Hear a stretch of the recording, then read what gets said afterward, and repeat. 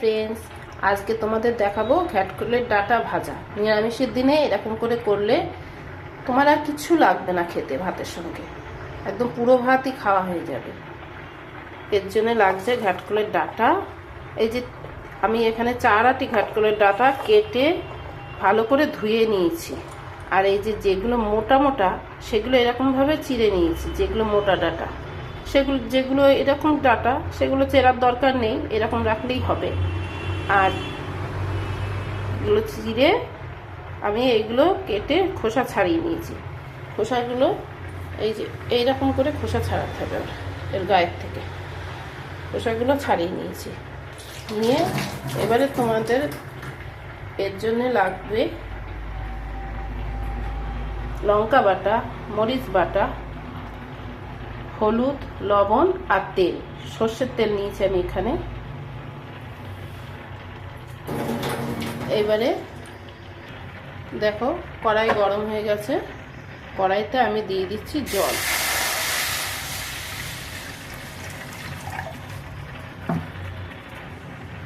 জলটা একটু গরম হবে, গরম হলে তোমাদের দেখাচ্ছি। এই দেখো জলটা গরম হয়ে গেছে।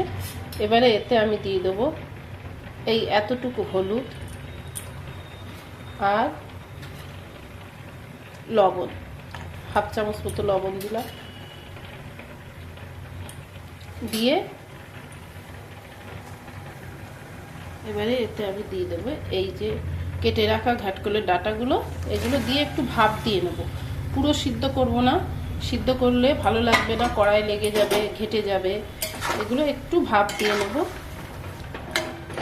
একটু ফুটে উঠলে এটাকে আমি জল ঝরিয়ে নেব।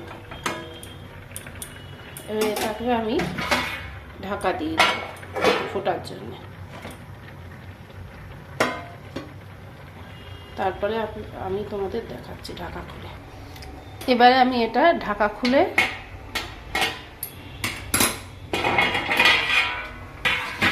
দেখবো একটু। এই যে 1.5 মিনিট মতো আমি একটু ফুটিয়ে নিয়েছি। এই দেখো এটা হয়ে গেছে। এবারে আমি গ্যাসটা অফ করে দিয়ে জলটা ঝরিয়ে নেব।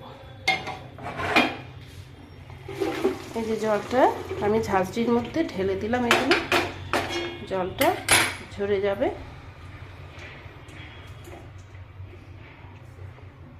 তারপরে আমি এটা করে দেখাবো।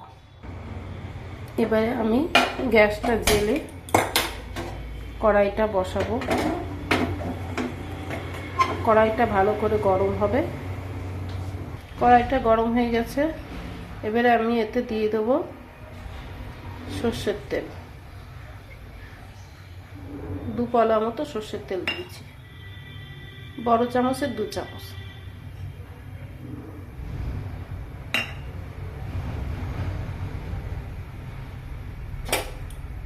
এটা ভালো করে গরম করে নেব।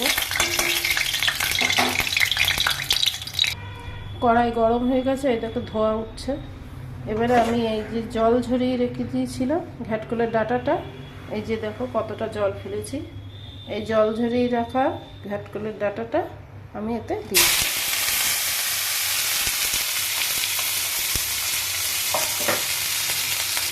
এবারে আমি একটু নেড়ে নেব।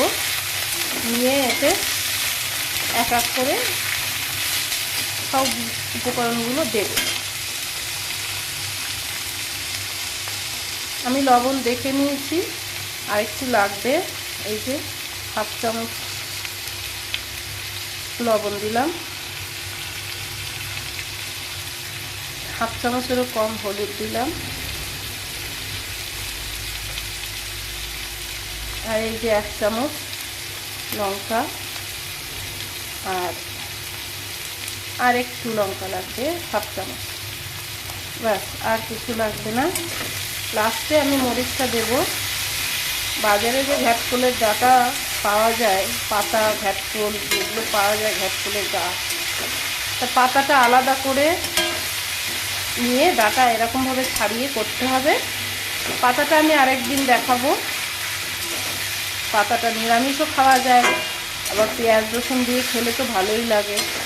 আর ডাঁটাটা নিরামিষের দিনে আপনি এইরকমভাবে করে খেয়ে দেখবেন, ভালো লাগবে। আর যখন কাঁঠাল ওঠে, যে কাঁঠালের দানা থাকে, সেই দানাটা কেটে 4 ভাগ করে এর সঙ্গে ভাত দিয়ে নিতে হবে, নিয়ে এইরকমভাবে ভাজতে হবে। সেটা খুবই সুন্দর লাগে। কাঁঠালের দানাগুলো বেশ শক্ত শক্ত লাগে, খেতে খুব সুন্দর লাগে। আমি এতে আলু দেই না, অনেকে আলু দেয়, আমার আলু দিলে ভালো লাগে না। আলু দিলে যেন কেমন একটা লাগে। আর এতে শাক পাতাতে তো একটু তেল লাগেই, ওই জন্য আমি একটু এই চামচে 3 চামচ তেল দিচ্ছি। এবারে এটা আমি এরকম করে কিছুক্ষণ ভাজা করব। একটু ভাজা হয়ে আসুক, তারপরে আপনাদের দেখাচ্ছি। মাঝে মাঝে একটু ঢাকা খুলে এটা নেড়ে দিতে হবে, নাহলে পুড়ে যাবে, তো তখন এটা ভালো লাগবে না খেতে, সুন্দর দেখতে লাগবে।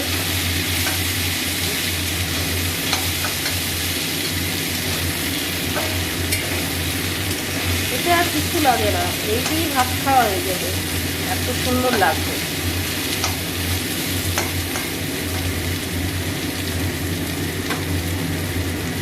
এখনো হয়নি, আরও কিছুক্ষণ হবে। আমি আরেকটু ঢাকা দিয়ে দেবো। আবার আমি ঢাকাটা খুলে আরেকটু নেড়ে দেবো।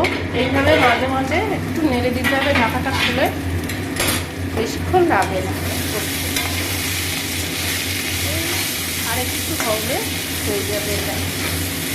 এবং কতটা তাড়াতাড়ি আমি ঘ্যাটকুলের ডাটা নিয়ে এসেছি, কতটুকু হয়ে যাবে।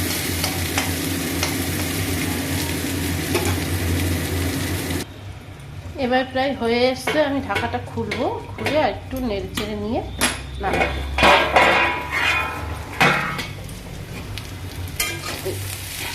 হয়েই এসছে।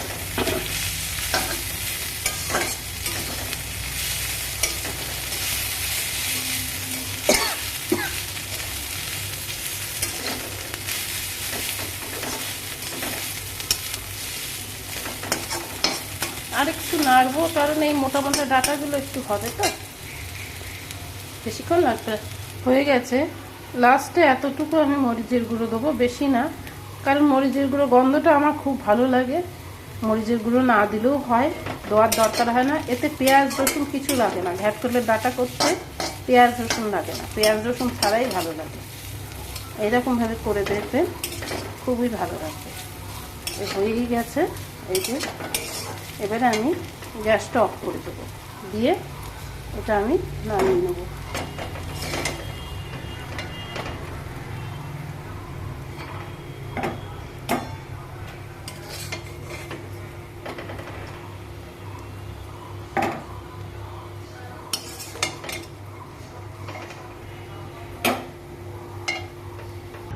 দেখুন হয়ে গেছে, এটা আমার কি সুন্দর দেখতে লাগছে। এরকমভাবে খেয়ে দেখবেন, 1 থালা ভাত খাওয়াই যাবে, আপনার আর কিচ্ছু লাগবে না। আমার এই ভিডিওটা যদি আপনাদের ভালো লাগে, লাইক শেয়ার কমেন্টস করতে ভুলবেন না। থ্যাংক ইউ, ধন্যবাদ।